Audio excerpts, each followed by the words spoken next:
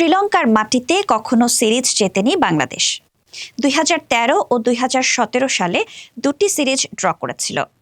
এবার কি সিরিজ জিতবে বাংলাদেশ? শ্রীলঙ্কার প্রতিনিধি হিসেবে আজ সংবাদ সম্মেলনে আসা ব্যাটিং কোচ তিলিনা কান্দাম্বি শেষ ম্যাচের আগে সিরিজের ফল নিয়ে বেশি না ভাবার কথাই বললেন। আমরা সিরিজ নিয়ে ভেবে নিজেদের চাপে ফেলতে চাই না, প্রক্রিয়াটার দিকেই চোখ রাখছি।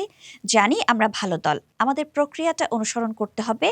যদি তা করতে পারি তাহলে মনে হয় না প্রতিপক্ষ আমাদের সঙ্গে পারবে। কলম্বোয় দ্বিতীয় ওয়ানডেতে বাংলাদেশকে ২৪৮ রানে অল আউট করে শ্রীলঙ্কা। রান তাড়ায় ৯ ওভারে ১ উইকেট হারিয়ে ৭৪ রান তুলে ফেলে দলটি। তবে মাঝের ওভারগুলোতে বাংলাদেশের ৩ স্পিনার মেহেদী হাসান মিরাজ, শামীম হোসেন ও তানভীর ইসলাম বদলে দেন ম্যাচের গতিপথ।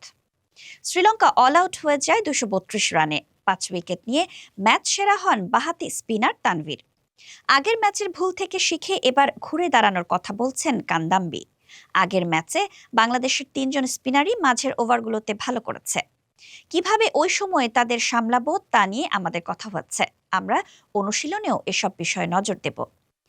পাল্লেকেলেতে তৃতীয় ম্যাচের উইকেটেও আগের ম্যাচের চেয়ে ভালো হবে বলে বিশ্বাস তার।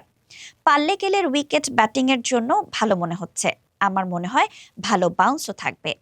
আপনি যদি এখনকার শেষ কিছু ম্যাচ দেখেন, ব্যাটিংয়ের জন্য সহায়ক ছিল। আশা করি আমরা জান প্রাণ দিয়ে লড়ে ভালো কিছু করে দেখাতে পারবো।